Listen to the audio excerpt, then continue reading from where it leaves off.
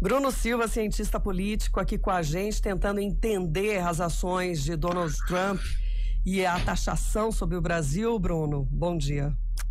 Pois é, bom dia, Sandra, Felipe, queridos ouvintes, o Lucas também que trouxe a reportagem para nós. Ô Sandra, a gente não podia deixar de dar um pitaco aqui nessa questão do Trump, porque isso afeta todo mundo, afeta inclusive Campinas, região. Se a gente pensar do ponto de vista de quando essa tarifa realmente for colocada em prática, se for colocada em prática, né? Porque acho que ainda há margem aí para tentar diplomaticamente negociar alguma coisa, e não é de hoje que o Trump vem nessa lógica de um jogo de morde-a-sopra, né? Ou seja, ele bota a taxa, depois tira a taxa, né? Parece filosofia Karate Kid, né, senhor Felipe Pereira, né? Coloca casaco, tira casaco, né? Aí vai o Trump, põe taxa, tira taxa, põe taxa, tira taxa.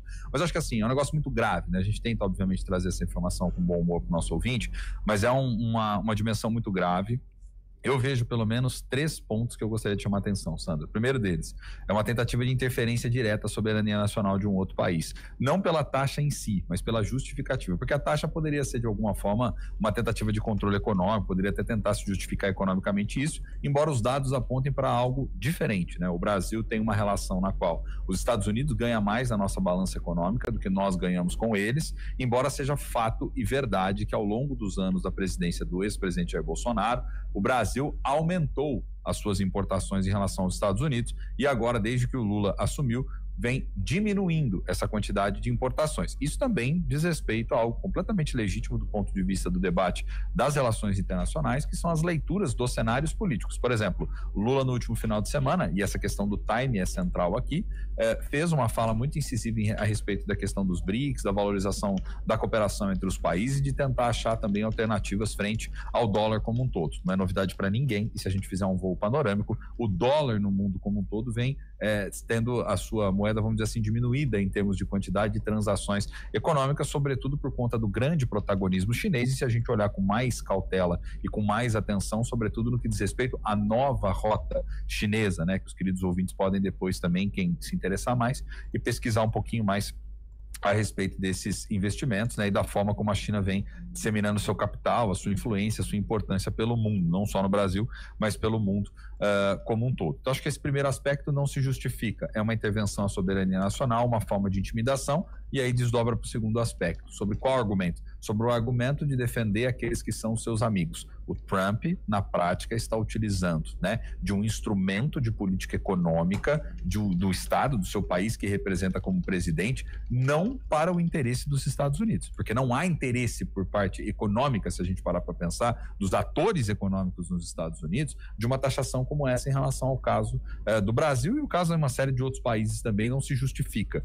Mas o argumento que ele utiliza na carta de que é por conta que o Brasil estaria supostamente violando algum tipo de questão associada à liberdade, mas é por conta da suposta perseguição em relação ao ex-presidente Jair Bolsonaro e à sua família, seus correligionários, mostra que, na verdade, Trump está usando da estrutura do Estado americano, de um instrumento de política macroeconômica, para defender aquele que considera o seu amigo, né? É fato notório, todos nós sabemos que o Eduardo Bolsonaro, filho do ex-presidente, foi para os Estados Unidos já faz um bom tempo, está lá desde março, tenta fazer uma campanha que é uma campanha contra o atual governo brasileiro, dentro dessa lógica, dessa narrativa de que é perseguido, de que a família é perseguida pela justiça brasileira, e essa não é a primeira ação, é um conjunto de ações que vem sendo orquestradas. E aí o terceiro tópico, só para poder encerrar aqui a minha intervenção e esse comentário, que eu acho que é extremamente problemático e que muitos não estão prestando atenção, é o próprio nível de dependência econômica. Se a gente parar para pensar, os Estados Unidos representa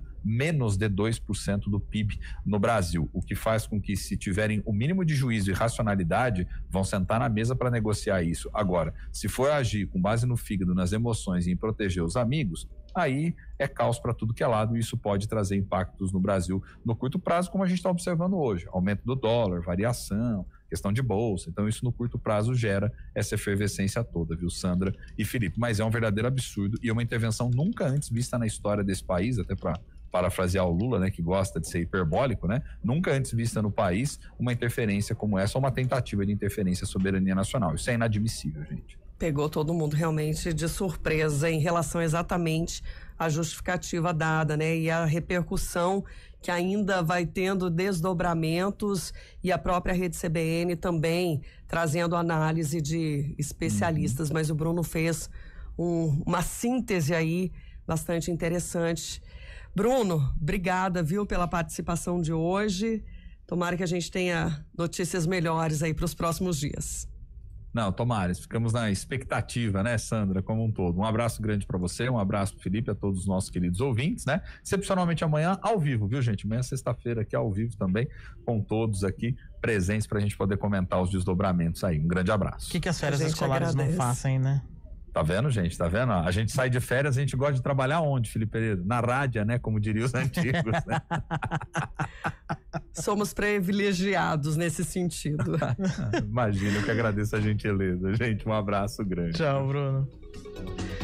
CBN Campinas vai ficando por aqui com os trabalhos